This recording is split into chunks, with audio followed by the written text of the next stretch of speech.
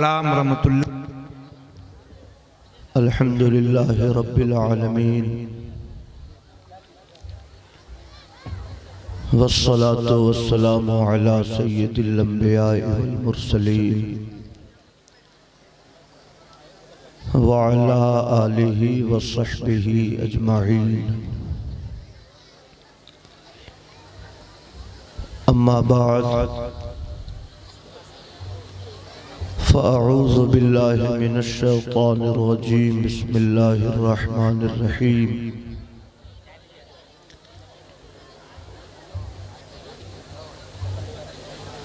कुन्तुम खैर उम्मतिन उखरिजत लिन्नास तअमुरून बिल मारूफ व तनहौना अनिल मुनकर।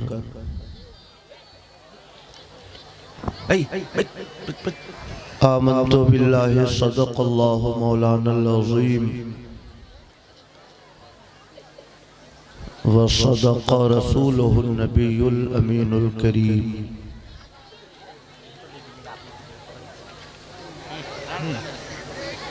नजर आती है गुलशन में हवा नासाज़गार अपनी।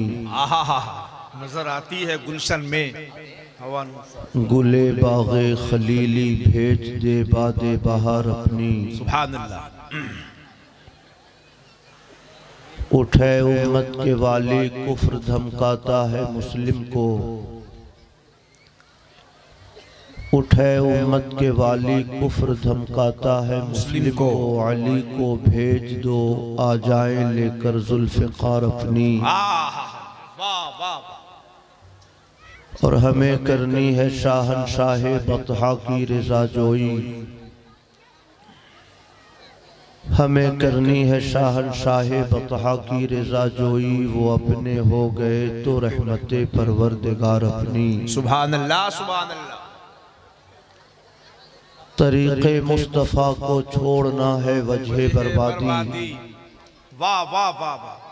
तरीक़े मुस्तफ़ा को छोड़ना है वजह बर्बादी। इसी से कौम दुनिया में हुई बेइक़्तिदार अपनी। वो बैठे हो खुला हो रोज़े अनवर का दरवाज़ा। बैठे हो खुला हो वो बैठे हों खुला हो रोज़े अनवर का दरवाज़ा। कहानी कह रहा हो ये शफ़ीक़े जानिसार अपनी। सुभान अल्लाह। इंतहाई एहतराम व अक़ीदत के साथ अपने आका के दरबारे गुहर बार में दुरूद व सलाम की नजर पेश कीजिए। अल्लाहुम्मा सल्लि अला सय्यिदिना व शफीना हबीबना मौलाना मुहम्मदिन बारिक सल्लल्लाहु अलैहि या रसूल अल्लाह सल्लल्लाहु अलैहि वसल्लम व बारिक वसल्लम सलातन व सलामन अलैका या रसूल अल्लाह। रफ़ीक़ान गिरामी,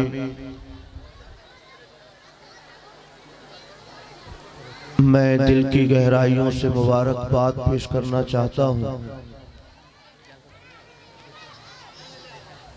बेल पहाड़ी और आसपास के मुसलमानों की खिदमत में जिन्होंने इस अज़ीमुश्शान इजलास का एहतमाम किया है और दीगर उलमा के साथ साथ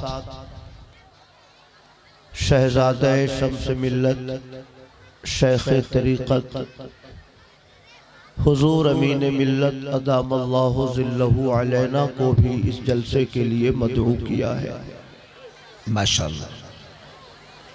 हमारी खुसूसी मुबारकबाद के मुस्तहक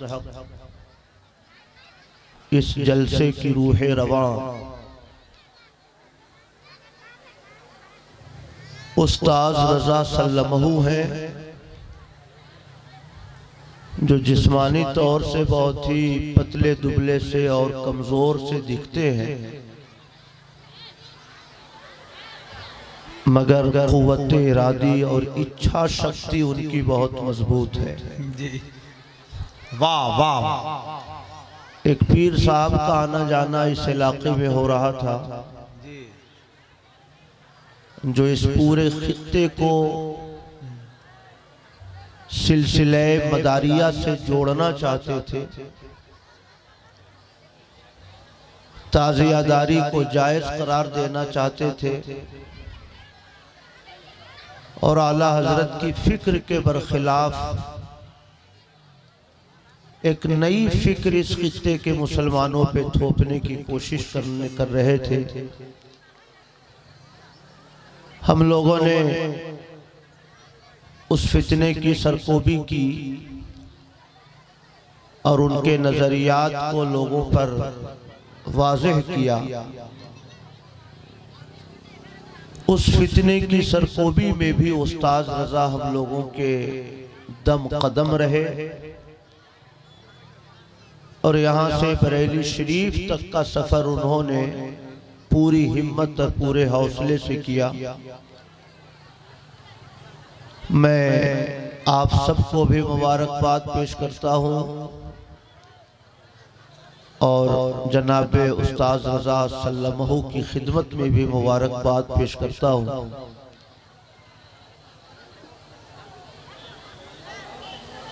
आप सबको अल्लाह पाक शादो आबाद रखे।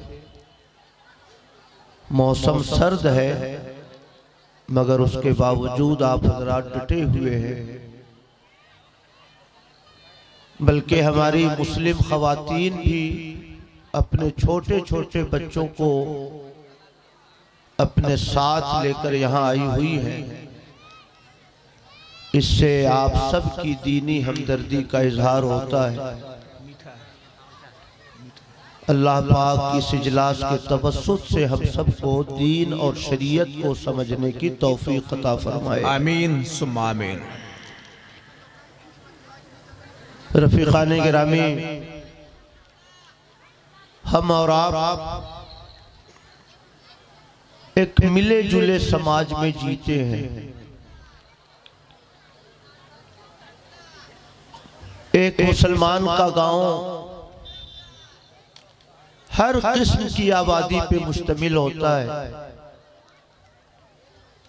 एक मुस्लिम के पड़ोस में एक गैर मुस्लिम का मकान, गैर मुस्लिम के पड़ोस में सिख का मकान, सिख के पड़ोस में ईसाई का मकान, ईसाई के बगल में बौद्धिस्ट का मकान। आम तौर से आप शहरों में और देहातों में देखते हैं। हम खुशियों में भी एक दूसरे के साथ शरीक रहते हैं और दुख की घड़ी में भी हम और आप एक दूसरे को तसल्ली देते हैं। इस मिले जुले समाज ने जहां बहुत सारी समाजी रंगत हम सबको दी है, कुछ तहजीब और शरीयत के हवाले से कुछ नए मसाइल भी इस मिले जुले समाज ने जाहिर किया है। जब दो तहजीबों का तसादुम होता है, जब दो कल्चर आपस में मिलते हैं, तो इस कल्चर की कुछ अच्छी चीजें उधर चली जाती है और उस कल्चर की कुछ बुरी चीजें इधर आ जाती है। उसका नुकसान पूरी उम्मत को उठाना पड़ता है और बसा औकात इस मखलूत मुआशरे के इतने गहरे असरात मुरत्तब होते हैं कि उन असरात को खत्म करने के लिए उलमा को बहुत जिद्दोजहद करनी पड़ती है। मेरे भाइयों, मैं उन असरात में से चंद नुकसानदेह चीजों का जिक्र आपके सामने करना चाहता हूं। मिले जुले मुआशरे ने हमारी जिंदगी पे असर डाला है, हमारे कल्चर पे असर डाला है, हमारी फिक्र और हमारे एतिकाद पे असर डाला है, हमारे तर्ज जिंदगी पे उसके गहरे असरात मुरत्तब हुए हैं। कुछ असरात वो हैं जो नाजायज की हद तक है, कुछ असरात वो हैं जो हराम की हद को पहुंचे हुए हैं, और कुछ असरात माज़अल्लाह वो हैं जो कुफ्र और शिर्क के कबील से भी करार दिए जा सकते हैं। मैं आधे घंटे की इस गुफ्तगू में आप सब से थोड़ी सी तवज्जो की उम्मीद रखता हूं और चंद बातों को बगौर समाअत करने की गुजारिश करता हूं। हमारे गैर मुस्लिम भाइयों के यहाँ अगर कोई उनका बेटा बीमार पड़ जाए, वो दवा इलाज के साथ साथ अपने मजहबी अफराद का भी सहारा लेते हैं। फुला मठ पे गए, फुला अड्डे पे गए, फुला झाड़ फूक करने वाले के यहाँ गए। उनका एक मखसूस तरीका है झाड़ फूक का जो वो अपनाते हैं, और अल्लाह रब्बुल इज्जत की मर्जी होती है, कभी शिफा मिल जाती है, कभी शिफा नहीं मिलती है। लकुम दीनुकुम वलिय दीन, उनका दीन उनके लिए है, हमारा दीन हमारे लिए। एक मिले जुले समाज में रहने की वजह से बसा औकात कलमा पढ़ने वाले अफराद भी जब उनके बच्चे बीमार पड़ते हैं, घर का कोई शख्स किसी आसेबी खलल का शिकार होता है, तो उनके कदम भी जाने अनजाने में मठ की तरफ उठ जाते हैं। गैर मुस्लिमों से रवाबित शुरू होते हैं, झाड़ फूक करने वालों से वो राब्ता करते हैं। मेरे भाइयों, मुझसे ज्यादा तफसीलात आपके पेशे नजर हैं। अल्हम्दुलिल्लाह, कुरान की आयतों की तासीर जो 1400 साल पहले थी, आज भी अल्हम्दुलिल्लाह वही तासीर कुरान की आयतों में। आपने वो दौर भी देखा है शम्स मिल्लत और सिराजे मिल्लत का। जिन्नात उनका नाम सुनकर भाग जाया करते थे। कैसा भी मरीज हो आसेब का,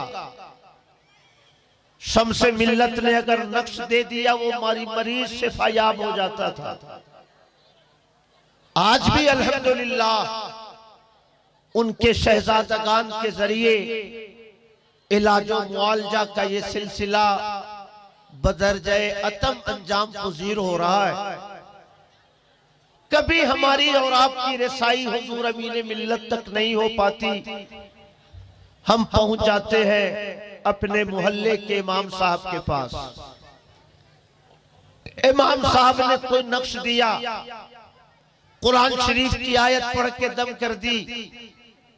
अल्लाह की मर्जी है, कभी उस नक्श से फायदा हो जाता है, कभी फायदा नहीं होता।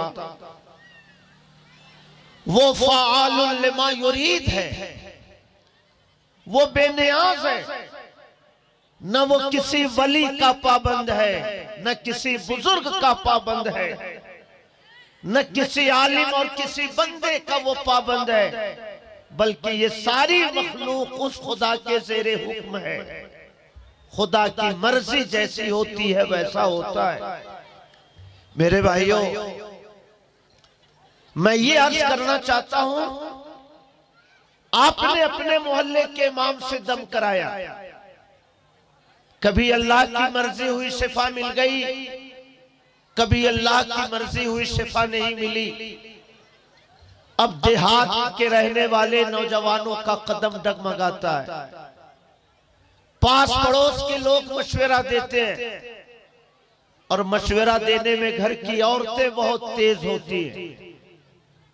फुला का बेटा वहां गया तो ठीक हो गया, फुला की बेटी को फुला मठ पे ले गए तो उसको आराम मिल गया, फुला के बाप को फुला जगह दिखलाया गया तो उसको ठीक हो गया, वो ठीक हो गया। चलिए हम लोग भी उन्हीं को दिखा लेते हैं। मेरे भाइयों, औरतों की जिंदगी तो घरों की चार दीवारी में रहती है, मगर शौहर उसका बाहर की जिंदगी जीता है। शौहर बसा औकात मना करता है, नहीं हम किसी ओझा के पास नहीं जा सकते, हम किसी गैर मुस्लिम झाड़ फूंक करने वाले के पास नहीं जा सकते। मगर औरत इसरार करती जाती है, तकाजा पे तकाजा करती जाती है, अपने शौहर के ऊपर प्रेशर बनाती है। नतीजा ये होता है कि शौहर भी उसके इसरार के सामने हथियार डालकर ओझा की तरफ चल पड़ता है।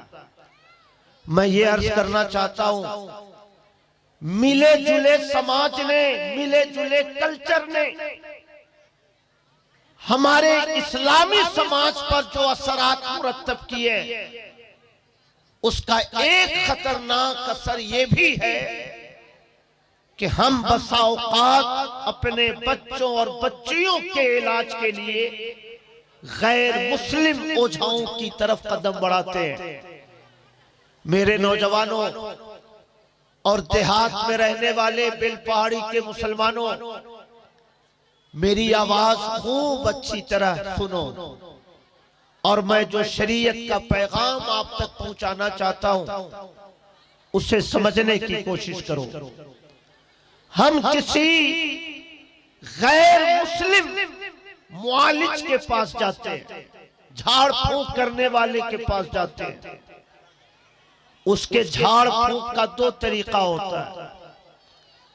कभी ऐसा होता है कि वो कुछ पढ़ता है, पढ़ के दम कर देता है। सांप ने काट लिया, गैर मुस्लिम के पास गए, उसने कुछ फूंक दिया, वहां से हम लौट आए। ये इलाज का पहला तरीका है। मेरे भाइयों, इमाम शरफुद्दीन नववी रहमतुल्लाह अलैह जो मुस्लिम शरीफ के शारे हैं और 50 किताबों के मुसन्निफ हैं, वो शरह मुस्लिम में इरशाद फरमाते हैं कि ऐसी झाड़ फूंक जिसमें ऐसे कलेमात का इस्तेमाल हो जिन कलेमात का माना हमें मालूम ना हो, ऐसे मजहूलुल माना कलेमात से झाड़ फूंक कराना ये ममनू है, ये नाजायज है। क्या मतलब हुआ उसका? हमने गैर मुस्लिम से राब्ता किया, उसने कुछ पढ़ के दम कर दिया। हो सकता है वो शब्द हिंदी का हो सकता है वो शब्द संस्कृत का हो सकता है वो शब्द किसी और जबान का हो, देहात की बोली का कोई हिस्सा हो।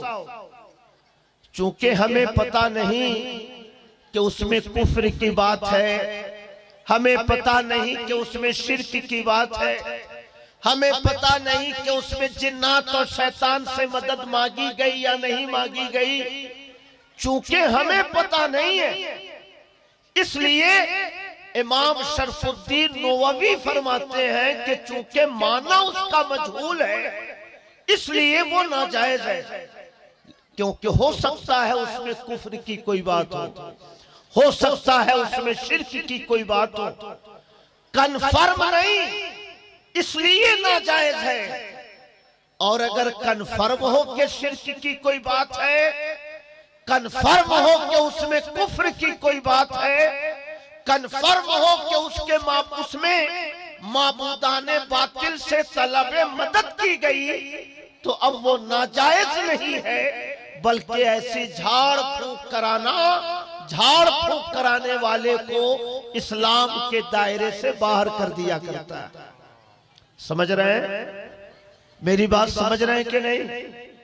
मेरे भाइयों, आप कभी हैदर नगर जाते हो, आपको पता मिलता है डाल्टनगंज का, आप अपनी अहलिया को लेके डाल्टनगंज जाते हो, वहां का वो ओझा आपसे कहता है एक मुर्गा लेके आओ, इतना सा चावल लेके आओ, लाल रंग का कपड़ा लेके आओ, फुला फुला सामान लेके आओ, नारियल लेके आओ, इन चीजों के जरिए मैं पूजा पाठ करूंगा, आपका बेटा ठीक हो जाएगा।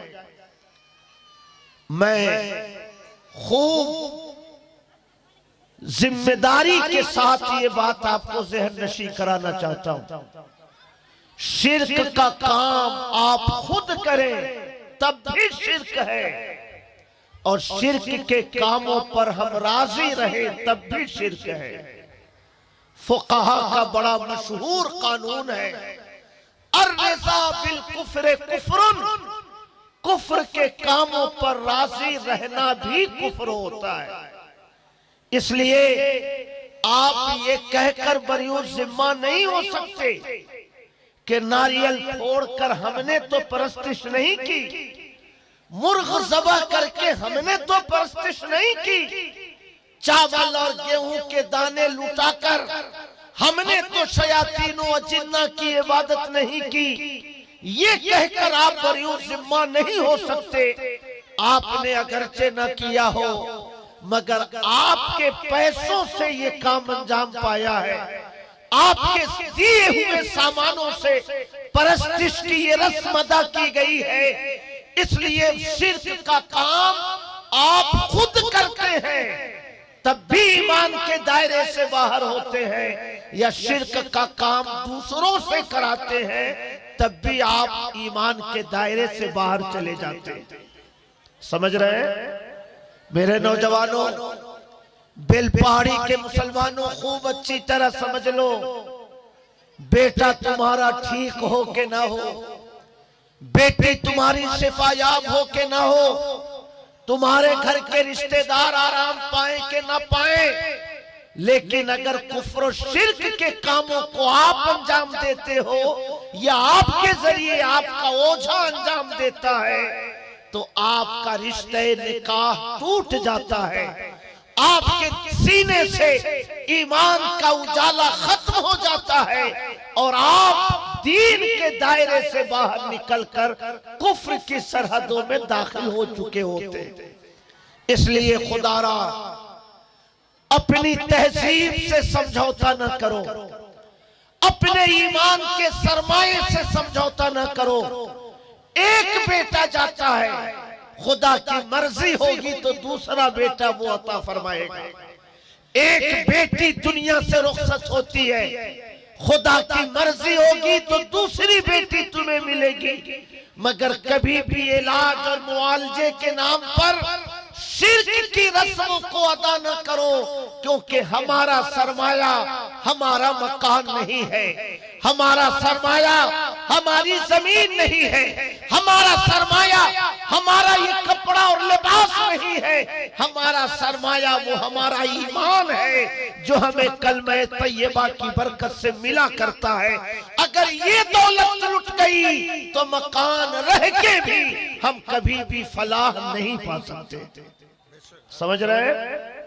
समझ रहे हैं कि नहीं? मेरी बात सुन रहे हैं मेरे भाइयों, मैं आपको समझाना चाहता हूं, मिले जुले कल्चर ने, मिले जुले समाज ने बहुत गहरे असरात हमारी और आपकी जिंदगी पे छोड़े।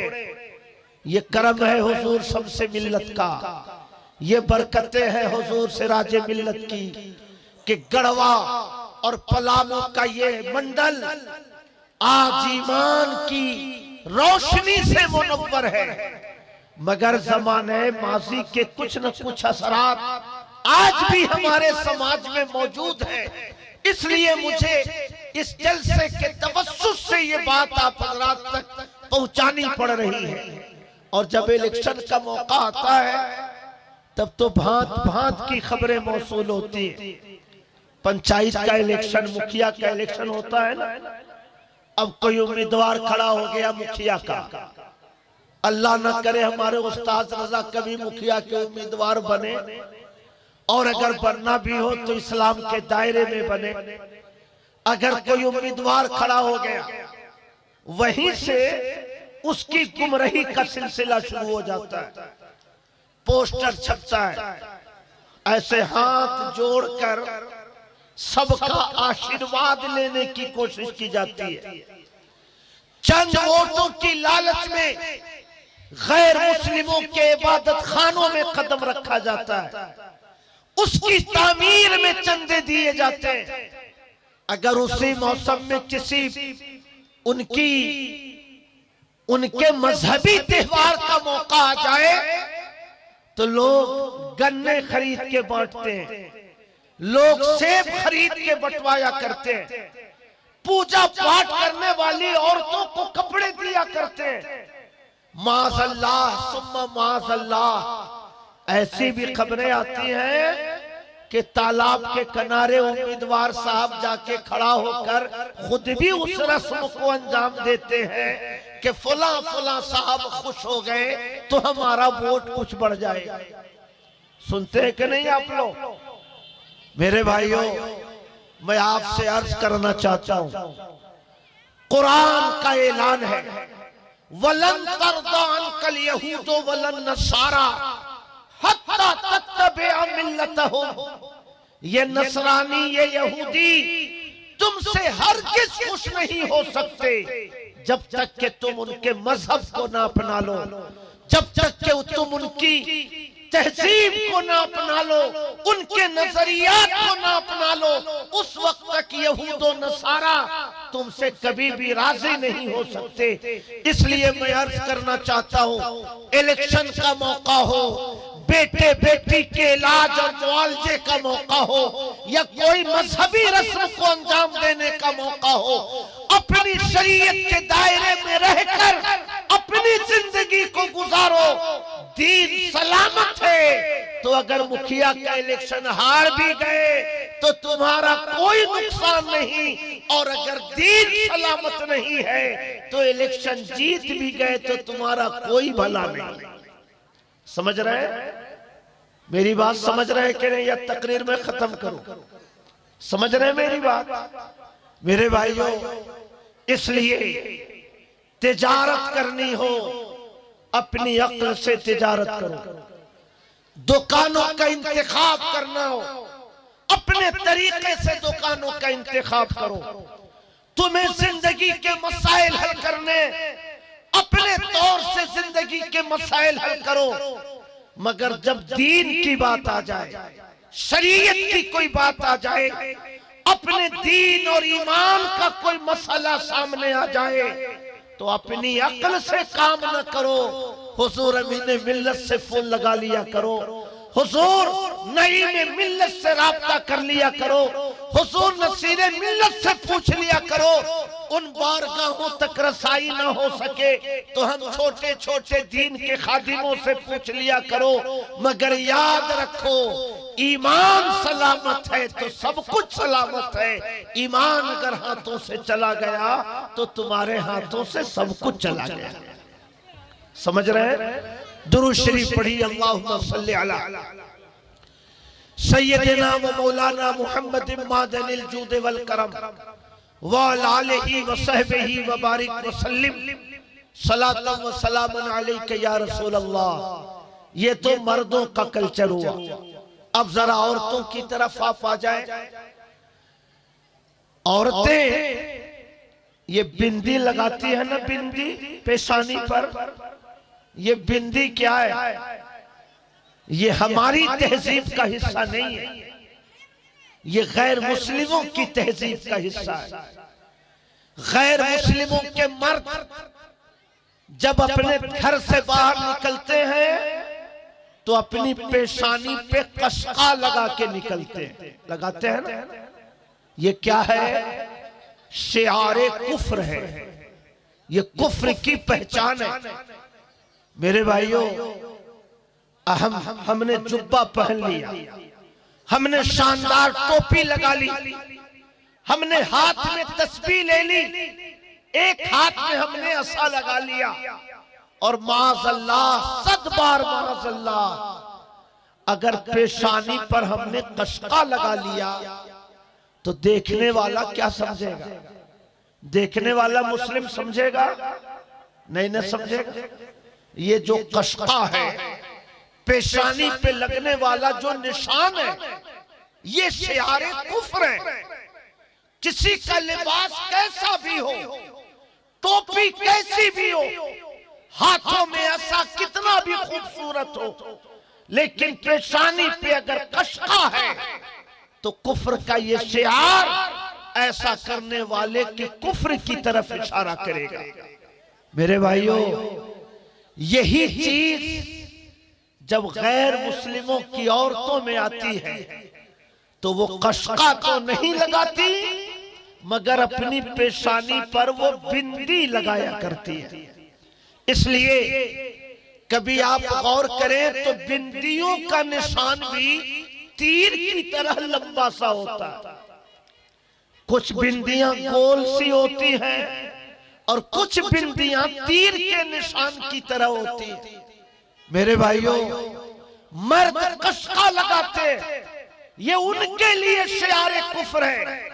और उनके घर की औरतें जब अपनी पेशानी को सजाती हैं तो कभी सिंदूर लगाती हैं, कभी टीका लगाती हैं, कभी बिंदियां लगाकर वो अपने घरों से बाहर निकलती हैं। मैं ये अर्ज करना चाहता हूं, औरतों के लिए बिंदी लगाना ये शियारे कुफ्र तो नहीं है, क्योंकि बहुत सारे इलाकों में मुस्लिम औरतें भी लगाती हैं, गैर मुस्लिम औरतें भी लगाती हैं। चूंकि इसका इस्तेमाल बढ़ गया, इसलिए शियारे कुफ्र से नहीं कहा जा सकता, मगर इतना जरूर कहा जा सकता है कि ये बिंदियां हमारी तहजीब का हिस्सा नहीं, ये गैर मुस्लिमों की तहजीब का हिस्सा है।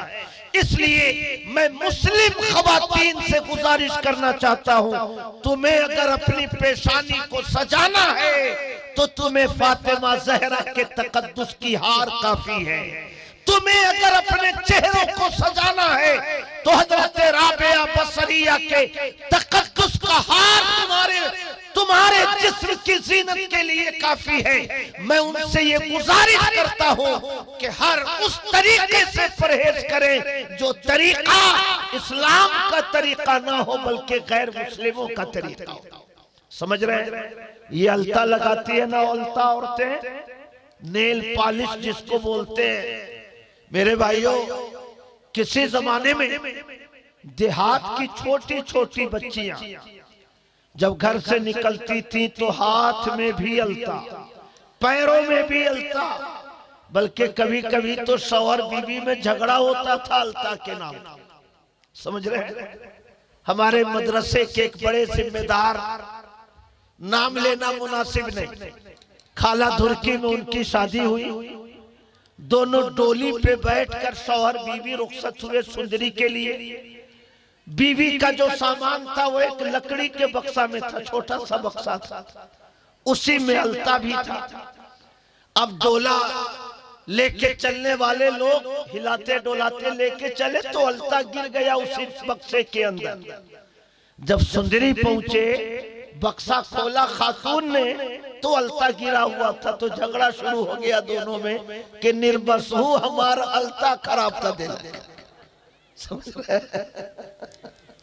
निर्बस हूं, हाँ निर्बस हूं, ये खास शब्द है इस इलाके का, मुझे पता नहीं मालूम, माना नहीं मालूम कि निर्बस हूं का मतलब क्या होता है।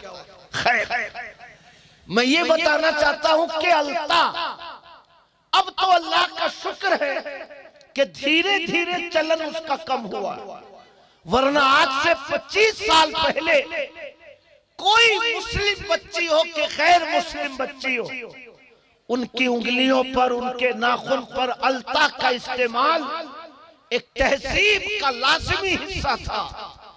मेरे भाइयों, मैं आपसे ये अर्ज करना चाहता हूं, है ये बहुत छोटी सी चीज, लेकिन हमारी तहजीब पर कितना गहरा असर डालती है। उलमा फरमाते हैं कि जब किसी मर्द या औरत पर गुस्ल करना फर्ज हो तो जिस्म के एक एक हिस्से पर पानी बहाना फर्ज है। समझ रहे हैं? अगर बाल के बराबर भी हाथ पर, पांव पर या जिस्म के किसी हिस्से पर पानी ना बह सका तो वो इंसान पाक नहीं होता। सुना ना आपने? मेरे भाइयों, अब आप जरा सोचें, हमारा कोई भाई शादीशुदा है, उसकी बीवी वो भी बालिग है, दोनों जिंदगी गुजार रहे हैं। बीवी ने अपने नाखून पर अलता लगा रखा है, पैरों के नाखून पे अलता हो चाहे हाथ के नाखून पे अलता हो, गुस्ल उस मर्द पे भी फर्ज है और औरत पे भी फर्ज है।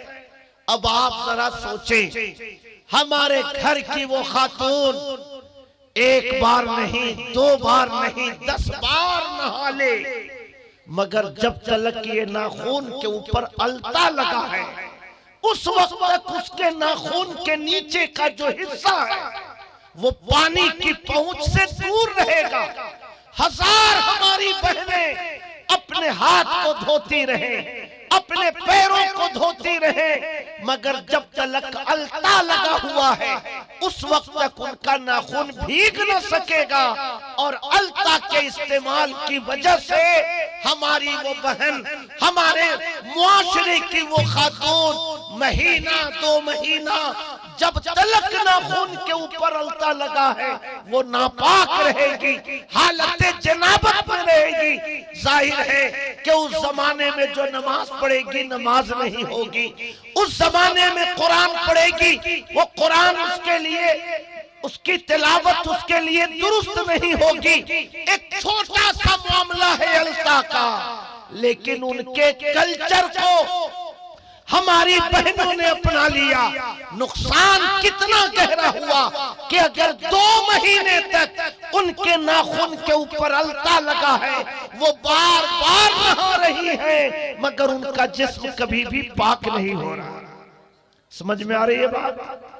इसलिए मेरे नौजवानों, मेरे घर की औरतों, खूब गौर से सुनो। हमारी एक अपनी तहजीब है, हमारा एक अपना कल्चर है, इस्लाम ने हमें एक अपनी शरीयत दी है। हमें न ईसाइयों के तरीके को अपनाना है, न हमें यहूदियों के कल्चर को अपनाना है, न हमें गैर मुस्लिमों के तर्ज जिंदगी को अपनाना है। हमें उसी रास्ते पे चलना है जिस रास्ते पे चलने की तलकीन हमारे पैगंबर ने फरमाई है, हमारे बुजुर्गों ने फरमाई है, गौसे आजम और ख्वाजा गरीब नवाज ने जो रास्ता हम लोगों को बताया। समझ रहे मेरे भाइयों? मिले जुले समाज का एक खतरनाक नुकसान ये भी है कि आज भी देहात के बहुत सारे घरों में जाइए तो लोग दरवाजों को गोबर से लेपते। देखा आपने? देखा कि नहीं देखा? बोलिए, देखा है ना आपने? गोबर से लेपा जाता। ये गोबर आया कहां से? ये हमारी तहजीब का हिस्सा नहीं है। गोबर को हम पाक नहीं समझते। हमारे बिरादराने वतन उसे अपने लिए पाक जाना करते हैं।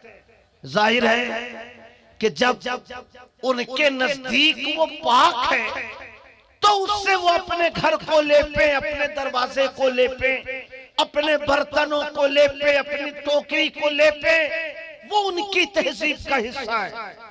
लेकिन मिले जुले समाज में रहने का नुकसान ये भी होता है कि बहुत सारी मुस्लिम औरतें आज भी अपने दरवाजों को, अपने आंगन को गोबर से लेपती हैं।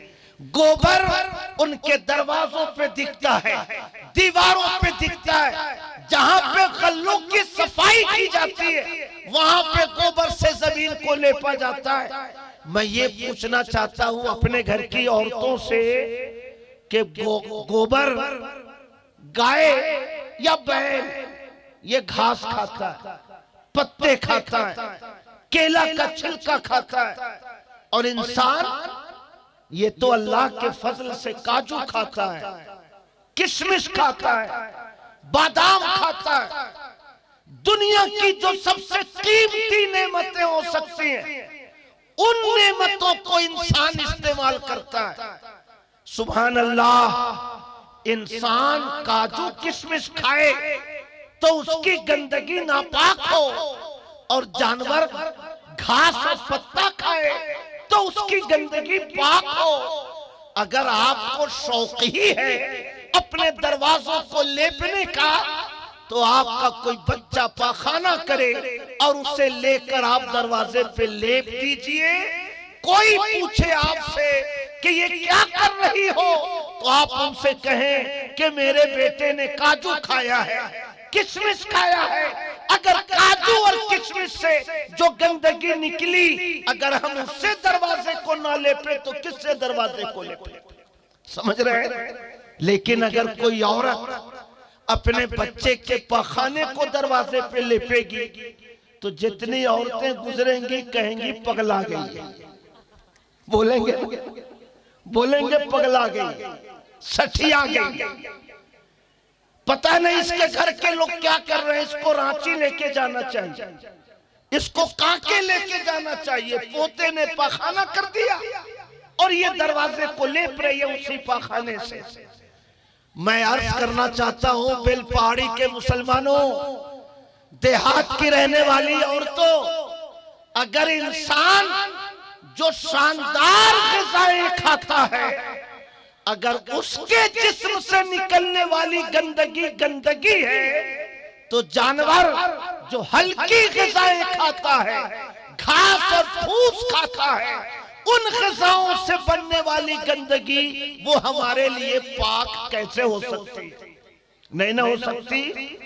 इसलिए एक मिले जुले समाज में रहने का ये खतरनाक असर है कि जैसे गैर मुस्लिम अपने दरवाजों को गोबर से लेपा करते हैं, हमारे घर की औरतें भी अपने दरवाजों को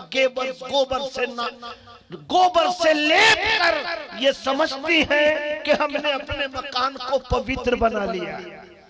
और रही सही कसर उस वक्त पूरी हो जाती है, कोई पोता हो, हमारे घर की किसी औरत का पोता हो या बेटा हो या भतीजा हो, अगर आंगन में वो पेशाब कर दे या घर में पेशाब कर दे, तो अब चूंकि गैर मुस्लिमों के यहाँ जब गोबर नापाक नहीं है, तो छोटे बच्चों के पेशाब के नापाक होने का क्या सवाल है? इसलिए अगर कमरे में किसी हिस्से में किसी बच्चे ने पेशाब कर दिया, तो देहात की औरत क्या करती है? एक जग पानी लाकर उसी पे डाल देगी और उसको ऐसे ऐसे लेप कर एक फीट में जो गंदगी थी उसको आधे किलोमीटर में फैला देगी। है ना? ऐसा है कि नहीं मेरे भाइयों? अब आपका शौहर आया, उसने उसी पेशाब वाली जगह पे कदम रखा, कदम नापाक, उसी कदम से वो बिस्तर पे गया, बिस्तर नापाक, उसी कदम से उसने और मकानात का कमरों का सफर किया, कमरे नापाक, बिस्तर को धोया, उसके कपड़े को आपने धोया, अगर पेशाब के असरात कपड़े में लगे हैं तो कपड़ा नापाक, वही कपड़ा पहनकर शौहर जुमा की नमाज पढ़ने जाता है, तो आप जरा सोचें कि जब पूरे जिस्म का कपड़ा ही नापाक है तो उसका दिल मस्जिद में कैसे लग सकता है? अब वो छटपटाता रहता है। इमाम साहब अगर 2 मिनट लेट हो गए तो ऐसे ताकता है, कहां गए इमाम साहब, किधर गए इमाम साहब? ऐसा इमाम रखने से फायदा क्या कि जो टाइम पर नमाज पढ़ाने ना आए? ऐसा इमाम रखने से फायदा क्या जो 5 मिनट की जगह 15 मिनट नमाज पढ़ाए? ऐसा इमाम रखने से फायदा क्या जो आधा घंटा सलाम पढ़े? चूंकि जिस्म नापाक है, कपड़ा नापाक है, इसलिए उसकी रूह मस्जिद में लग नहीं रही है, छटपटा रहा है। और छटपटाहट में कभी वो इमाम पे तनकीद करता है, कभी नमाजी पे तनकीद करता है, कभी मुतवल्ली के इंतजाम पे तनकीद करता है।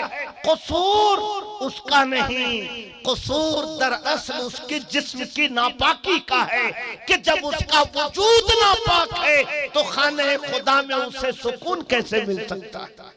समझ रहे मेरी बात? इसलिए मैं अर्ज करना चाहता हूं अपने घर की औरतों से कि बच्चा एक दिन का हो या एक घंटे का हो या एक महीने का हो, वो चावल खाता हो कि ना खाता हो, वो किशमिश चूसता हो कि ना चूसता हो, इंसान के जिस्म से जो गंदगी निकलती है वो निजासत गलीजा होती है। एक सिक्के के बराबर अगर वो निजासत कपड़े पे लग जाए तो उस कपड़े को पहनकर हम नमाज नहीं पढ़ सकते। समझ रहे? मगर बात वही है, हमारे पड़ोस में सिख रहते हैं, हमारे पड़ोस में ईसाई रहते हैं, हमारे पड़ोस में यहूदी रहते हैं, उनके कल्चर में इन चीजों को बुरा नहीं समझा जाता, तो हमारे घर की औरतें भी इन चीजों से नफरत नहीं करती और उसे अपनी तहजीब का हिस्सा समझकर अपने सीने से उसको लगा लिया करती। समझ रहे हैं? मैं ये अर्ज करना चाहता हूं, अपने दीन को समझो, अपने मजहब को समझो, अपने कल्चर को समझो, अपनी शरीयत को समझो।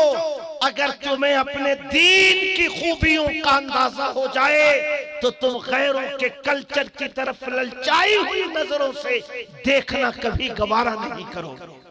सुभान अल्लाह। आज छोटे छोटे गांव में, छोटे छोटे देहात में आरएसएस और उसकी जैली तंजीमें सरगर्म हो चुकी हैं। मुस्लिम गैर मुस्लिम के दरमियान नफरत पैदा की जाती है, मुस्लिमों को गैर मुस्लिमों की नजर में अछूत साबित करने की कोशिश की जाती है।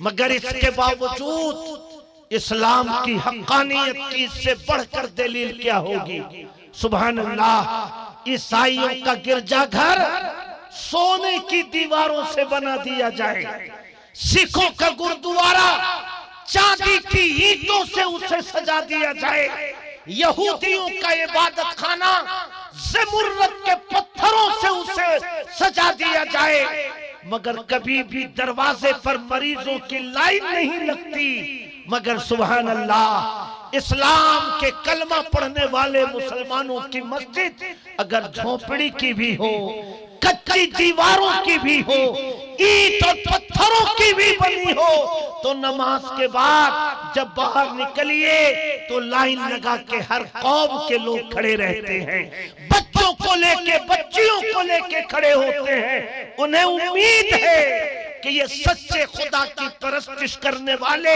अपने खुदा का नाम लेकर निकलेंगे और मेरे बच्चे को दम कर देंगे तो खुदा मेरे बच्चे को शिफा दे देगा। है कि नहीं? कहिए जोर से सुभान अल्लाह, और जोर से कहिए सुभान अल्लाह। मेरे भाइयों, ये इस्लाम की हक्कानियत की रोशन दलील है कि दलील है कि नहीं? है ना?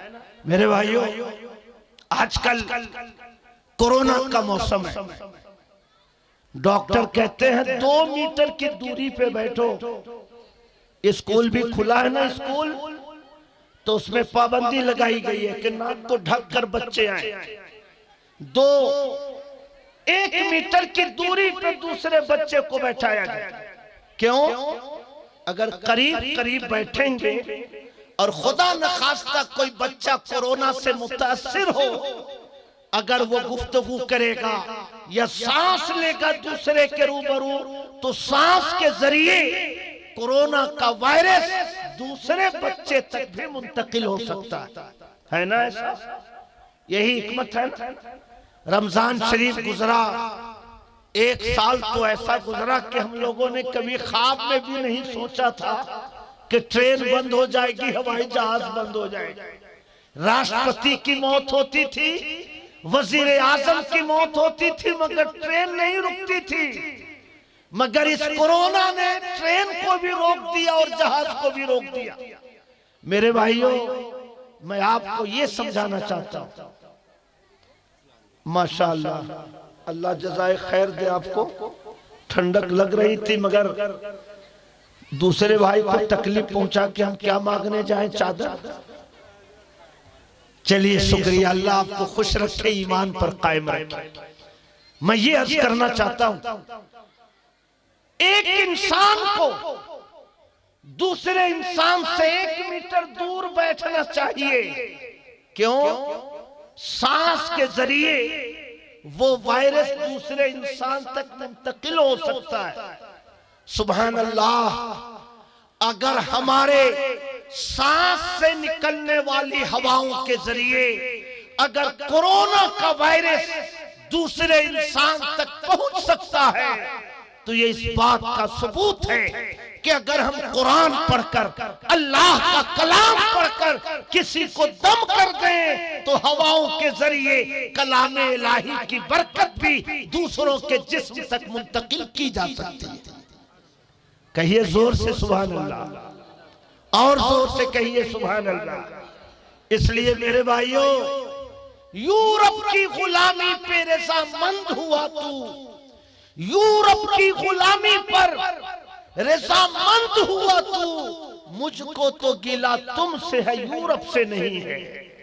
हर कौम की एक अपनी तहजीब होती है, हर कौम का एक अपना कल्चर होता है, हर कौम की जिंदगी गुजारने का एक अंदाज होता है, हर कौम अपने अपने लिहाज से जीती है। हमें किसी कौम पर तनकीद करने का इख्तियार नहीं, या उनके मजहबी मामलात को बुरा भला कहने का हमें इख्तियार नहीं, मगर हम अपनी कौम को अपने दीन की सच्चाइयां तो बता सकते हैं, अपने कौम को जिंदगी के असरार को समझा सकते हैं। मैं ये अर्ज करना चाहता हूं, अगर कोरोना हमारी हवाओं के जरिए दूसरे तक पहुंच सकता है तो कलाम इलाही को पढ़कर अगर हम अपने भाई को दम कर दें तो कलाम इलाही की बरकतें भी अपने भाइयों तक जरूर पहुंच सकती है ना। सुभान अल्लाह। और मेरे भाइयों, आखिरी बात जो मैं आपसे कहना चाहता हूं, समाज बहुत सारी जिम्मेदारियां हमको देता है, मगर आका की हदीस है, खुज़मा सफा दामा कदीर, अच्छी चीजें ले लो और जो गड़बड़ चीजें हैं उसे छोड़ दो। समझ रहे हैं? जो अच्छी चीजें हो उसे ले लो और जो चीजें अच्छी नहीं हो उसे छोड़ दो।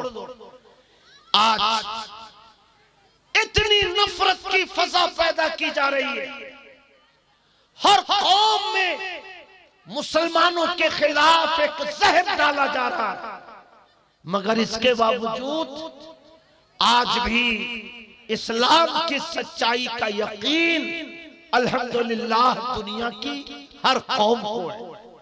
और मैं ये कहता हूं कि दुनिया की कौमें जो इस्लाम पे हमला करती हैं वो असल में हमला नहीं कर रही हैं, बल्कि असल में वो अपना डिफेंस कर रही हैं। उनको डर है कि अगर इस्लाम की हक्कानियत दुनिया वालों पे उजागर हो गई तो कहीं ऐसा ना हो कि हमारे पैरों के नीचे की जमीन भी उधर न चली जाए। सुभान अल्लाह। हमारे दुधी में एक वकील साहब है, वकील साहब है इसलिए नाम लेना ठीक नहीं है, वरना कहीं FIR करा दिए तो झंझट हो जाए। एक अच्छे वकील है और है गैर मुस्लिम, लेकिन अगर आप मिलेंगे तो कहेंगे सलाम अलैकुम। ये आपके लिए तय करना मुश्किल होगा कि हम जवाब में क्या कहें। पहली बार तो हर आदमी धोखा खा ही जाए। एक बार रॉबर्ट्सगंज मुझे जाना था, बस की सीट पे मैं भी बैठा, मेरी बगल वाली सीट पे वो भी बैठे। जब बस खुलने लगी तो हर मुसलमान को आयतुल कुर्सी पढ़ के दम करना चाहिए। जिस्म पे हाथ फेर लेना चाहिए। मैंने भी आयतल कुर्सी पढ़कर अपने चेहरे पे, सीने वगैरह पे हाथ फेर लिया। जो बगल में वकील साहब बैठे थे उन्होंने भी कुरान कुछ पढ़ा और पढ़कर ऐसे दम किया, चेहरे पे ऐसे हाथ फेर लिया। तो मुझे पता था कि ये इस्लाम के मानने वाले नहीं है। तो मुझे हैरत हुई। हमने कहा वकील साहब क्या पढ़ा आपने? तो उन्होंने कहा जो आपने पढ़ा मैंने पढ़ा। हमने कहा हमने तो आयतल कुर्सी पढ़ा। हमारे आका फरमाते हैं कि आयतल कुर्सी जिस माल पर, जिस जान पे पढ़ दिया जाए वो अल्लाह की हिफाजत में रहता है। इसलिए हमने तो आयतल कुर्सी पढ़ के अपने चेहरे हाथ पे दम किया। आपने क्या पढ़ा? उन्होंने कहा कि मैंने औज़ुबिल्लाह बिस्मिल्लाह पढ़ा। तो हमने कहा आपको कैसे याद हो गया? तो कहा कि 2-3 साल पहले की बात है। मैं एक सैलून में गया मूंछ बनवाने। हजाम ने कोई पुराना ब्लेड इस्तेमाल कर दिया, मूंछ के ऊपर का थोड़ा सा हिस्सा कट गया और उससे ऐसा इन्फेक्शन फैला कि मेरा पूरा चेहरा सूज गया। कई दिनों तक मैं कचहरी नहीं जा सका, मैं ठीक से बोल नहीं सकता था, पूरा चेहरा सूजा हुआ था। फला डॉक्टर, फला डॉक्टर, फला डॉक्टर को हमने दिखलाया मगर कहीं से भी राहत नहीं मिली। मेरे बगल में मेरे मिलने जुलने वाले एक साहब रहते हैं। उन्होंने कहा फला साहब के घर में मखदूम बाबा का चिराग जलता है, लाकर उससे तेल मांग लो और लगा लो, आराम मिल जाएगा। कहा मुझे भरोसा तो नहीं था मगर मैंने मांगा तेल। उन्होंने तेल दे दिया चिराग से थोड़ा सा निकाल कर। मैंने 2-4 बार उसको लगाया होगा और खुदा की ऐसी मर्जी हुई कि मेरे चेहरे की सूजन कम हो गई और मेरा चेहरा 1-2 रोज के बाद मुकम्मल ठीक हो गया। उस दिन से मैं मखदूम बाबा से बहुत लगाव रखता हूं और हर जुमरात को आज भी मेरे घर में उनका चिराग जलता है। और उस दिन से मैं कभी भी बगैर पानी के पेशाब करने नहीं जाता हूं। कोर्ट में भी रहता हूं तो प्लास्टिक में पानी भर के जाता हूं पेशाब करने और वहां पर पेशाब को मैं पानी से धो लेता हूं तब आता हूं। समझ रहे हैं? हमने कहा वकील साहब थोड़ा ही सा तो गैप रह गया, उसको भी तय कर लीजिए ताकि सारा मसला हल हो जाए। मुस्कुराने लगे, कहा टाइम आएगा तो वो भी हो जाएगा। मैं ये अर्ज करना चाहता हूं मेरे भाइयों, एक गैर मुस्लिम वकील मगर उसे यकीन है कि मखदूम अशरफ का चिराग जलता है तो वो घर बलाओं से महफूज रहता है। उनके नाम के नाम पर जलने वाले चिराग का तेल इस्तेमाल कर लिया जाए तो शिफा मिलती है। मैं ये अर्ज करना चाहता हूं जब मखदूम अशरफ समनानी के चिराग में इतनी बरकत है तो सुभान अल्लाह गौसे आजम के नाम पर जलने वाले चिराग में कितनी बरकतें होंगी। और जब उम्मतियों का ये हाल है तो इन उम्मतियों के जो आका हैं उनके इसमें मुबारक की बरकतों का अंदाजा कौन लगा सकता है? कहिए जोर से सुभान अल्लाह। मेरे भाइयों, एक गैर मुस्लिम वकील मगर बगैर पानी के इस्तिंजा नहीं करता। उसे डर है कि अगर मैं नापाक रहूंगा तो मखदूम बाबा का फैज हमको नहीं मिलेगा।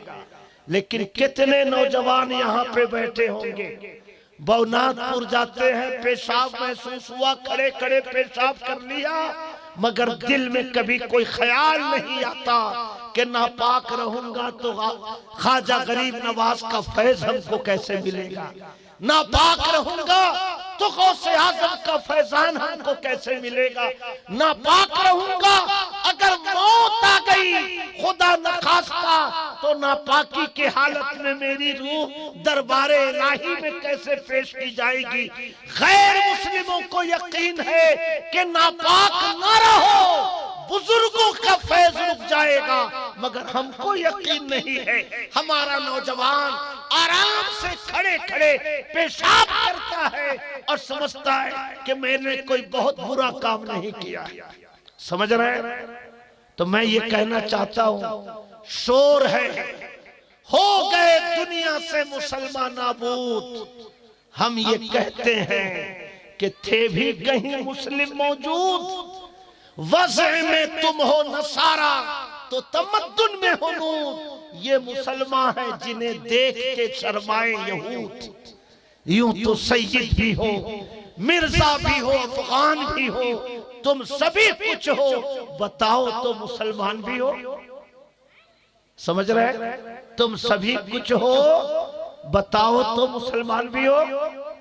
मैं आप सबसे गुजारिश करना चाहता हूं, अल्लाह ने जो मजहब आपको दिया दुनिया का सबसे अजीम मजहब है। जो शरीयत अल्लाह ने आपको दी दुनिया की सबसे अजीम शरीयत है। जो पैगंबर अल्लाह ने हम सबको दिया वो तमाम पैगंबरों के सरदार हैं। जो गौस अल्लाह ने हम सबको दिया, सुभान अल्लाह, वो गौसे आजम है। जो ख्वाजा अल्लाह ने हिंदुस्तान में भेजा, अल्हम्दुलिल्लाह, वो ख्वाजा खाजगान है। जब इतनी शानदार दौलत हमारे पास है तो हमें अपनी तहजीब को पर फख्र करना चाहिए, हमें अपने तमद्दुन पे फख्र करना चाहिए और गैरों की तहजीब को अपनाने के बजाय हमें अपनी तहजीब को सीने से लगाकर जिंदगी गुजारने की कोशिश करना चाहिए, है ना? वो भला हो हुजूर सबसे मिल्लत का, अल्लाह रहमतों की बारिशें नाजिल फरमाए हुजूर सिराज मिल्लत की कब्र अनवर पर। गली गली, कूचे कूचे, मोहल्ले मोहल्ले, देहात देहात। आज तो नगर से भवनाथ पुराने का रास्ता बन गया, मगर एक जमाने में तो ये रास्ता भी नहीं रहा होगा। उस जमाने में खानकाए बैतुल अनवार के बुजुर्गों ने पनामो मंडल में सफर फरमाकर दीन की रोशनी गांव गांव पहुंचाई, मोहल्ले मोहल्ले पहुंचाई। और आज हमारे सरों पे जो टोपियां हैं, अल्हम्दुलिल्लाह, उसी खानकाह के बुजुर्गों के कदमों की बरकत से। समझ रहे हैं? किसी को शक है क्या? बोलिए, है किसी को शक? अब भांत भांत के लोग घुस रहे इलाके में, तरह तरह के लोग इलाके में छापा मार रहे हैं। सुभान अल्लाह। आला हजरत इमाम अहमद रजा ने लिखा के सिलसिले मदारिया सोख्त है।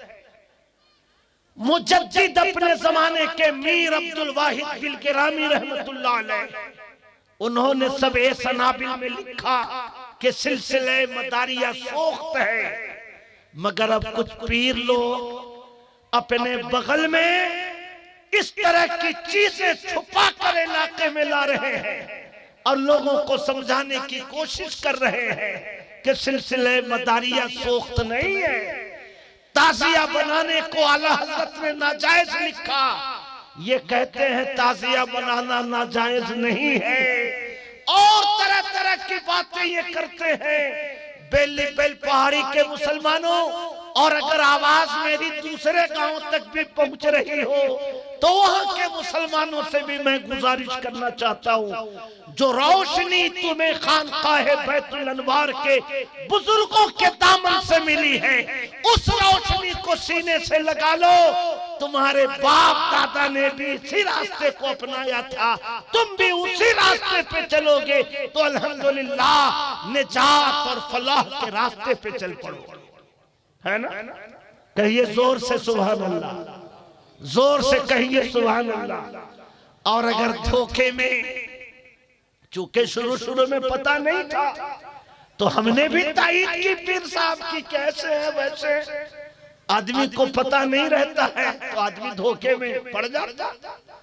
तो अगर मेरी वजह से किसी भाई को धोखा हुआ हो तो मैं बरसरे स्टेज ऐलान करता हूं कि आप उस धोखे से बाहर आए।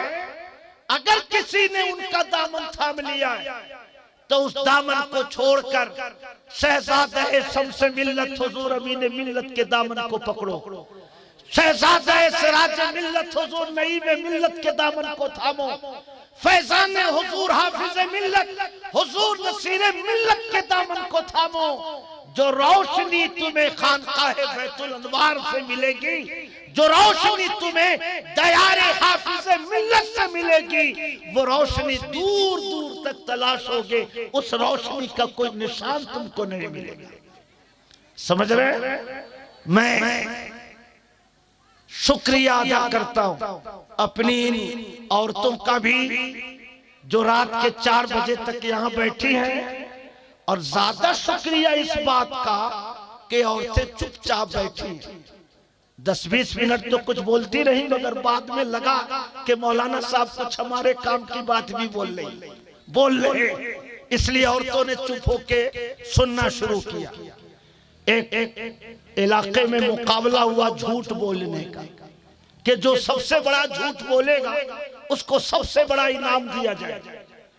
एक आदमी स्टेज पे खड़ा हुआ और उसने कहा कि 2 औरतें बैठी थी और दोनों चुपचाप बैठी थी, तो उसको सबसे बड़े झूठ का इनाम दिया गया कि ये संसार में हो नहीं सकता कि 2 औरतें बैठी हों और आपस में बात न कर रही। मगर अल्हम्दुलिल्लाह आज ये झूठ भी सच साबित हो गया। हमारी ये औरतें बैठी हैं और कोई किसी से बात नहीं कर रही। मैं चलते चलते बस दुआ करता हूं, अल्लाह पाक हम सबको दीन पर ईमान पर कायम रखे। और मैं यह अर्ज करना चाहता हूं, हमारा जो शिआर है, हमारी जो मजहबी पहचान है, हमारे दीन की जो बुनियाद है, वो ईमान बिल्लाह और ईमान बिर रसूल के बाद वो नमाज हमारी बुनियाद है। इसलिए बिलपाड़ी के नौजवानों, आप भी नमाज को सीने से लगाओ। नमाज तुम्हारी जिंदगी में सुकून ले आएगी, दौलत ले आएगी, खुशहाली ले आएगी। और मैं अपने घर की औरतों से भी गुजारिश करना चाहता हूं, बेटा बीमार हो, ओझा के पास अपने शौहर को न भेजो, मुसल्ला बिछाकर अपने रब के दरबार में पेशानी झुका लो।